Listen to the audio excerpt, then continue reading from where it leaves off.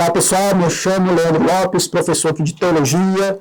Nós aqui dando continuidade, à nossa aula, a nossa disciplina de exegese do Novo Testamento, na unidade 4 da nossa disciplina. E hoje nós vamos aqui falar da interpretação teológica dentro de uma perspectiva de reflexão. Então veja, a reflexão sobre um texto bíblico dificilmente começa pelo seu final. Então veja, o processo exegético é naturalmente um processo de reflexão do começo para o final. Ou seja, quando você lê um texto, qualquer texto, seja bíblico, poema, enfim, de suspense, todo texto exige o quê? Uma reflexão. Enquanto eu estou lendo um texto, eu estou refletindo. Por isso que teologia, pessoal, é uma reflexão. Se eu estou lendo a Bíblia e estou ali meditando, refletindo, eu estou fazendo teologia. Então veja, a reflexão sobre um texto bíblico dificilmente começa pelo seu final. Não faz sentido eu começar um texto bíblico somente refletindo ali já o final. Por quê? Primeiro porque você não vai entender o contexto ali. Para você entender o contexto, você vai ter que ler do início do capítulo, da passagem, até o final. E aí, para você entender melhor ainda, se for o caso, você vai ter que ler outros textos paralelos, para você entender o contexto ali. Mas, geralmente, a gente não começa uma reflexão começando pelo final. Mas, ao contrário, do início. Então, veja, o que esse texto significa para os leitores diferentes dos leitores originais? Em outras palavras, nós não somos os leitores originais da Bíblia. Nós não somos. Houve aqueles lá atrás que foram os primeiros. Lembra que eu já falei em um dos nossos momentos aqui de aula, das aulas passadas, que nós temos que aprender a fazer perguntas para o texto? Pois é. E uma das perguntas que é importante fazer é: o que a igreja primitiva entendia sobre o Espírito Santo? É uma pergunta. O que a igreja primitiva entendia sobre a figura do Messias? É outra pergunta. Então veja, são perguntas que a gente tem que fazer ao texto. Será se aquilo que eu entendo hoje é o mesmo pensamento da igreja primitiva? Ou seja, os primeiros leitores, os leitores originais, será se é o mesmo pensamento? Será se a igreja primitiva ela era uniforme no seu pensamento? Bom, de acordo com os estudos, com as pesquisas, dentro dos estudos teológicos, bíblicos, históricos, a igreja primitiva ela não era uniforme em seu pensamento. Por isso que alguns historiadores, alguns teólogos acabam usando alguns termos que, por exemplo, ao invés de falar de um judaísmo, o correto seria falar de judaísmos. Ou seja, dentro do judaísmo existem ramificações, existem outras linhas, outros caminhos, outros grupos dentro do judaísmo. Então, por exemplo, o judaísmo vai ter o judaísmo sionista, vai ter o judaísmo reformista, vai ter o judaísmo mais conservador ortodoxo, vai ter o judaísmo ultra-ortodoxo, vai ter o judaísmo conservador. Então veja quantos elementos, quantos grupos aqui eu citei aqui. Então a igreja primitiva não era diferente, pessoal. A igreja primitiva não tinha um pensamento uniforme ali. Tinham grupos ali dentro. Então isso é importante. Então veja, o que ele significa para você, esse texto? O que significa para a sua comunidade de fé, esse texto bíblico? O que significa? Então são perguntas. A interpretação teológica não é um fenômeno novo.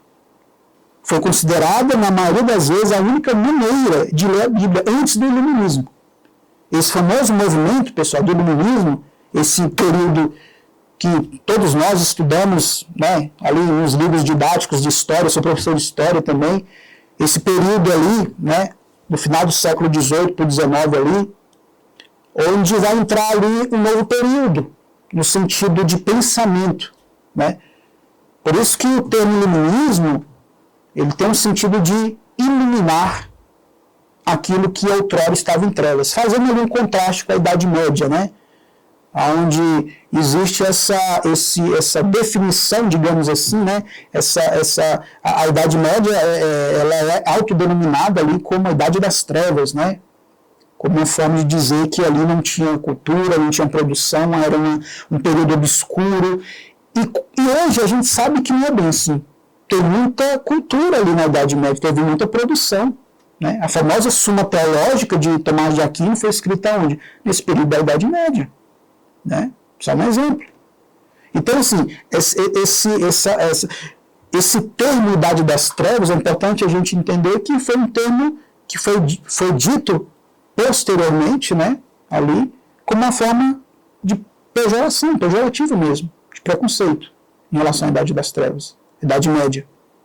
A gente sabe que a Idade Média tem toda a sua riqueza também. Foi um período difícil, muitas guerras, pestes, fome. E claro que isso que eu estou citando aqui serviu de base, digamos assim, para que a Idade Média fosse alcunhada com esse nome Idade das Trevas, mas hoje em dia a gente sabe que poucas pessoas defendem, né, ali que a Idade Média era a Idade das Trevas, né? Mas enfim. Mas entra o Iluminismo, esse Iluminismo aqui que ali é o período da razão, do raciocínio. Agora tudo passa pelo crivo da razão, do raciocínio. O estudo teológico que outrora estava ali, digamos, ligado ao sobrenatural, agora o Iluminismo ele tira o sobrenatural e entra agora a razão. Né? Então, assim, eu estou sintetizando aqui para dar um norte assim, para vocês entenderem. Então, aqui é o período da razão e a hora do raciocínio, o Iluminismo. Então, a interpretação teológica não é um fenômeno novo. Foi considerada, na maioria das vezes, a única maneira de ler a Bíblia antes do Iluminismo. Isso antes. Né? E sobreviveu a esse período em muitas comunidades de fé.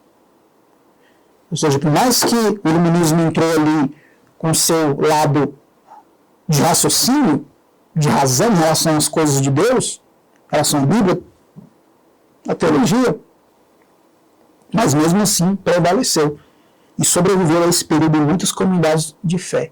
Né? O renascimento da interpretação teológica, pessoal, tem sido marcado por um grande número de empreendimentos acadêmicos significativos que estão ajudando a reformular o campo do estudo bíblico. Né? Isso inclui um crescente interesse pela recuperação e a reapropriação de antigas leituras teológicas, patrística, medieval e do período da Reforma e da própria Bíblia.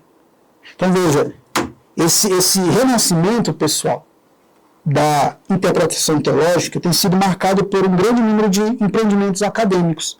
Porque quando a gente pega, pessoal, é interessante quando a gente pega literaturas antigas. E a literatura antiga cristã é muito rica. Ela é muito rica. Então nós entendemos o pensamento teológico ali da cristandade lá atrás. E aí a gente pega ali, sabe, essas literaturas da patrística, da época medieval, né, um período que nasce ali os monastérios, né, onde aquelas pessoas ali, aquelas pessoas que viviam nos monastérios ali, onde basicamente a vida delas era o quê? Estudar as escrituras, interpretar as escrituras. Então, imagina quanta riqueza. E aí passa para a reforma protestante também, que é muito rica, é um evento importante. Tudo isso ligado à Bíblia. Então veja, a interpretação teológica, ela é importante por quê? Porque dentro da exegese, ela vai ter esse lado da reflexão. Reflexão e interpretação. Uma vai estar ligada à outra. Então veja, onde nós finalizarmos aqui.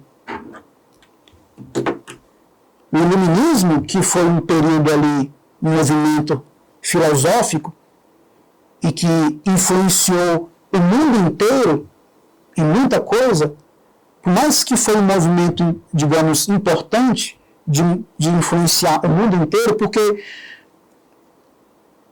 cá entre nós, se o movimento influencia o mundo inteiro, não somente aquela parte ali da Europa, no caso, então é porque, de certa forma, foi forte o movimento ali. Né? Mas veja, mesmo assim, esse movimento da reflexão e da interpretação teológica, ela sobreviveu a esse tempo e está até hoje.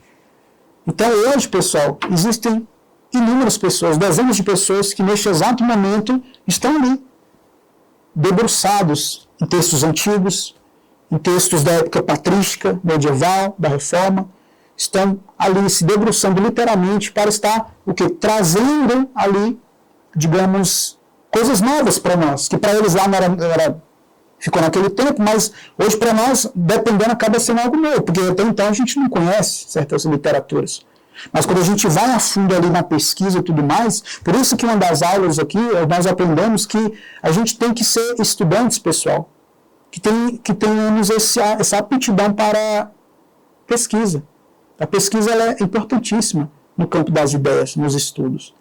Então, na área teológica não é diferente. Então, esse ponto que nós estamos refletindo, conversando aqui, é essa reflexão mediante também a interpretação teológica.